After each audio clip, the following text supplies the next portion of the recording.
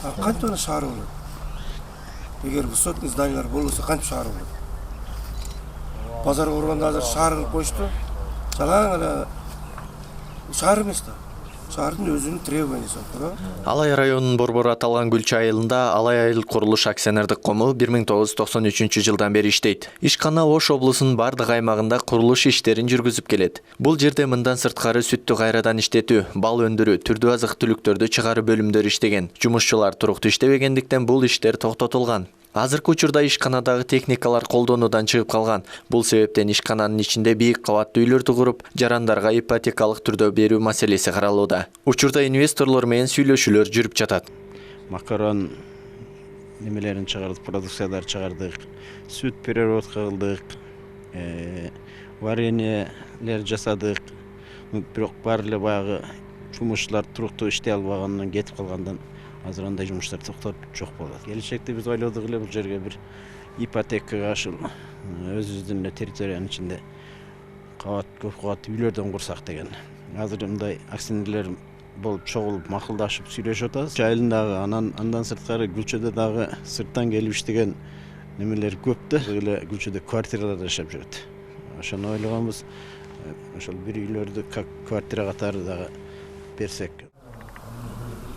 Ал эми Гүлчү айылындагы бул имарат бала бакча катары 1989 жылы курулган. Белгисиз себептерден улам курулуш иштери толук бүткөн эмес. Жергиликтүү бийлик имараттын сметалык баасын 42 миллион сомго баалаган. Эгерде долбоор ишке ашып калса, калкты тейлөө борборун ачып, жумушчуларды бир жерге бириктирүү планы каралган. Көп жылдан бери тиешелүү кызматтарга кат аркылуу кайрылып, эч кандай жооп ала алышкан эмес.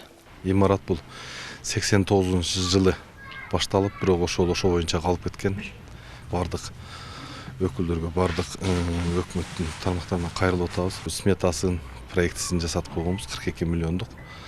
Аны бүтүрүп берсе, ушу калкты тейлөө борбору ачайын деген оюбуз бар. Себеби бул жердеги азыр ЗАГС, паспорт стол, архитектура, экотег-инспекция деген немелердин бардыгы азыр ушул убакта мына поштанын эмесинде имаратында арендада отурушат. Ошол суроо жооп менен Иш сапардын жүрүшүндө Жарасул Абдраимов Ош облусунун регионалдык экономикалык өнүгүүсү аттуу долбоору боюнча семинарга да катышты. Анын алкагында айыл чарбасын өнүктүрүү үчүн Дүйнөлүк банк тарабынан 60 миллион сом акча бөлүнүп, жарандарга 1,5% насыя берилери айтылды. Облус башчысы айыл тургундарын бөлүнгөн акчаны эффективдүү колдонууга чакырды. Ушул кредитти, ушул келип аткан каражатты бир жакшы эффективдүү колдонушубуз керек болот.